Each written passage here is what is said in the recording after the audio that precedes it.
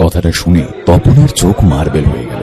নতুন মেসোমশাই, মানে যার সঙ্গে এই কদিন আগে তপনের ছোট মাসির বিয়ে হয়ে গেল দেদার ঘটাপটা করে, সেই তিনি নাকি বই লেখেন। তার মানে তপনের নতুন মেসোমশাই একজন লেখক, সত্যিকারের লেখক। জলজান্ত একজন লেখককে এত কাছ থেকে কখনো দেখেনি তপন। দেখা যায় তাই জানতো না লেখকরা যে তপনের বাবা, ছোট মামা বা মেজ কাকুর মতন মানুষ। এ বিষয়ে সন্দেহ ছিল তপনের। কিন্তু নতুন মেশোকে দেখে তপনের জ্ঞান চক্ষু খুলে গেল। আশ্চর্য, কোথাও কিছু উল্টো পাল্টানি, অন্যরকম নেই, একেবারে নিছক মানুষ। সে ওদের মতোই দাড়ি কামান, সিগারেট খান, খেতে বসেই আরে ব্যাস ব্যাস, এত কখনো খাওয়া যায় বলে অর্ধেক তুলিয়ে দেন। চানের সময় চান করেন এবং ঘুমের সময় ঘুমন।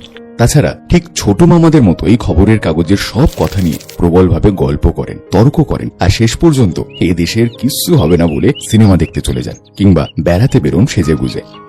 মামার বাড়িতে এই বিয়ে উপলক্ষেই এসেছে তপন, আর ছুটি আছে বলে রয়েই গেছে। ওদিকে মেশোরও নাকি গরমের ছুটি চলছে, তাই মেশো শ্বশুর বাড়িতে এসে রয়েছেন কদিন। তাই অহরহই জলজ্যান্ত একজন লেখককে দেখবার সুযোগ তপনের হবেই। আর সেই সুযোগেই দেখতে পাচ্ছে তপন লেখক মানে কোনো আকাশ থেকে পড়া জীব নয়, তপনদের মতোই মানুষ।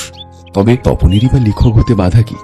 মেসোমশাই কলেজের প্রফেসর, এখন ছুটি চলছে, তাই সেই সুযোগে শ্বশুর বাড়িতেই রয়ে গেছে কদিন। আর সেই সুযোগে দিব্যি একখানি দিবানিদ্রা দিচ্ছিলেন। ছোট মাসি সেই দিকেই ধাবিত হয়। তপন অবশ্য না করে প্রবল আপত্তি তোলে, কিন্তু কে শোনে তার কথা? ততক্ষণে তো গল্প ছোট মেশোর হাতে চলেই গেছে। হইচই করে দিয়েছে ছোট মাসি তার ঘুম ভাঙিয়ে। তপন অবশ্য মাসির এই হইচইতে মনে মনে পুলকিত হয়, মুখে করলেও হয়।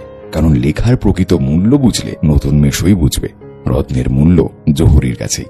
এবং বোধ করি নতুন বিয়ে শ্বশুর বাড়ির ছেলেকে খুশি করতেই বলে ওঠেন, তপন, তোমার গল্প তো দিব্যি হয়েছে, একটু কারেকশন করে করে দিলে ছাপাতে দেওয়া চলে। কিন্তু তপন প্রথমটা ভাবে ঠাট্টা, কিন্তু যখন দেখে মেশোর মুখে করুণার ছাপ, তখন আহ্লাদে কাঁদো কাঁদো হয়ে যায়। তাহলে বাবু, তুমি ওর গল্পটা ছাপিয়ে দিও, মেশোর উপযুক্ত কাজ হবে সেটা। তা দেওয়া যায়, আমি বললে সন্ধ্যা তারা সম্পাদক না করতে পারবে না। ঠিক আছে তপন, তোমার গল্প আমি ছাপিয়ে দেব। বিকেলে চায়ের টেবিলে কথাটা ওঠে, আর সবাই তপনের গল্প শুনে হাসে। না না, আমি বলছি তপনের হাত আছে, চোখও আছে। নচেত এই বয়সের ছেলেমেয়েরা গল্প লিখতে গেলেই তো হয় রাজারানীর গল্প লেখে, নয়তো এই খুন, জখম, অ্যাক্সিডেন্ট অথবা না খেতে পেয়ে মরে যাওয়া এইসব মাল মশলা নিয়ে বসে। তপন যে সেই দিকে যায়নি, শুধু ওর ভর্তি হওয়ার দিনের অভিজ্ঞতা আর অনুভূতির বিষয় নিয়ে লিখেছে। এটা কিন্তু খুব ভালো, ওর হবে। তপন বিহবল দৃষ্টিতে তাকায়। এই কথাটাই ভাবছে তপন রাত দিন। ছেলেবেলা থেকেই তো রাশি রাশি গল্প শুনেছে তপন, আর এখন বস্তা বস্তা পড়ছে। কাজেই গল্প জিনিসটা যে কি সেটা জানতে তো বাকি নেই। শুধু এটাই জানা ছিল না সেটা এমনই সহজ মানুষই লিখতে পারে। নতুন মেশোকে দেখে তপন সেটা জানলো। তবে আর পায় কে তপনকে? দুপুর বেলা সবাই যখন নিথর, তপন তখন আস্ত একটি খাতা, অর্থাৎ হোম টাস্কের খাতা আর কি, বিয়ে বাড়িতেও যেটি মা না আনিয়ে ছাড়েননি, আর কলমটি নিয়ে 3 তলার সিঁড়িতে উঠে গেল। আর তোমরা বিশ্বাস করবে কিনা জানি না, একা শুনে বসে লিখেও ফেললো একটা আস্ত গল্প। লেখার পর যখন পড়লো, গায়ে কাঁটা দিয়ে উঠল তপনের, মাথার চুল খাঁড়া হয়ে উঠল। এই যে সত্যি হুবহু গল্পের মতোই লাগছে। তার মানে সত্যি একটা গল্প লিখে ফেলেছে তপন। তার মানে তপনকে এখন লেখক বলা চলে। হঠাৎ ভয়ানক একটা উত্তেজনা অনুভব করে তপন, আর দুধ দাঁড়িয়ে নিচে নেমে এসে ছোট মাসিকে বলে বসে, ছোট মাসি, একটা গল্প লিখেছি। ছোট মাসি ওর চিরকালের বন্ধু, বয়সে বছর 8 বড় হলেও সমবয়সী। কাজেই মামার বাড়ি এলে সবকিছুই ছোট মাসির কাছে। তাই এই ভয়ানক আনন্দের খবরটা ছোট মাসিকে সর্বাগ্রে দিয়ে বসে।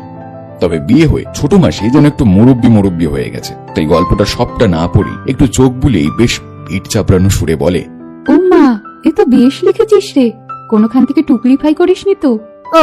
ছোট মাসি, ভালো হবে না কিন্তু বলছি। আরে বাবা, খেপছিস কেন? জিজ্ঞেস করছি বই তো নয়। রোশ, তোর মেসোমশাইকে দেখাই।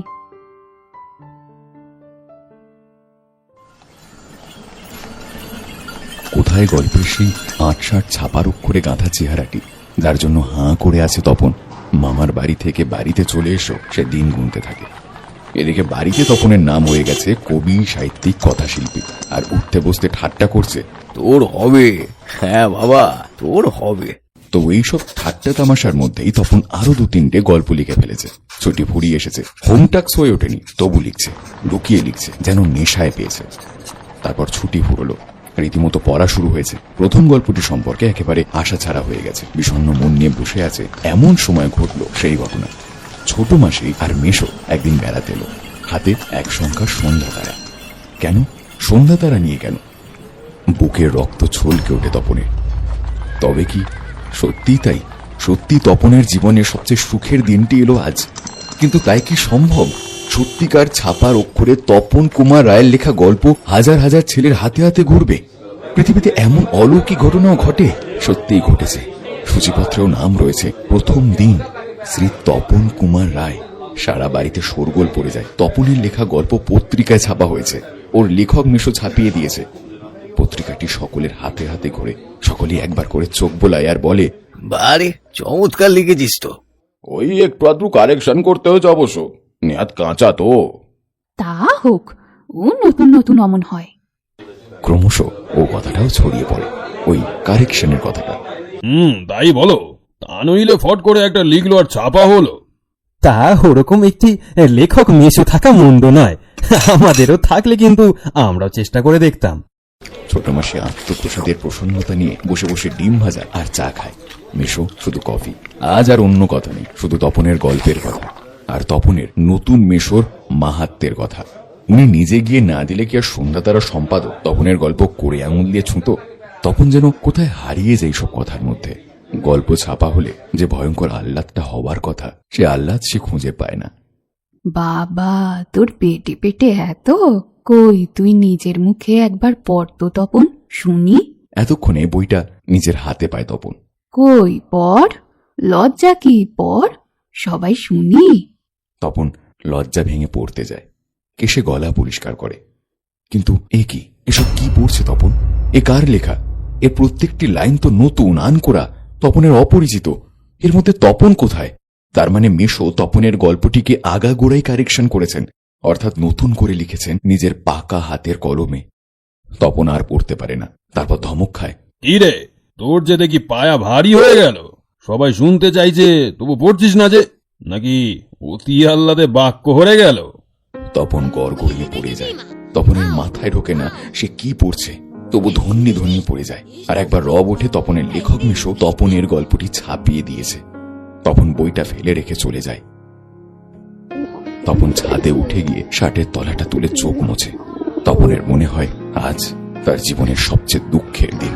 কেন তা তপন জানে না। শুধু এই দুঃখের মুহূর্তে গভীরভাবে সংকল্প করে তপন, যদি কখনো লেখা ছাপতে দেয় তো তপন নিজে গিয়ে দেবে। নিজের কাঁচা লেখা ছাপা হয় হোক, না হয় না হোক, তপনকে যেন আর কখনো কথা না শুনতে হয় অমুক তপনের লেখা ছাপিয়ে দিয়েছে। আর তপনকে যেন নিজের গল্প পড়তে বসে অন্যের লেখা লাইন না পড়তে হয়। তার সে দুঃখের কিছু নেই, তার থেকে অপমানের আর কিছু নেই।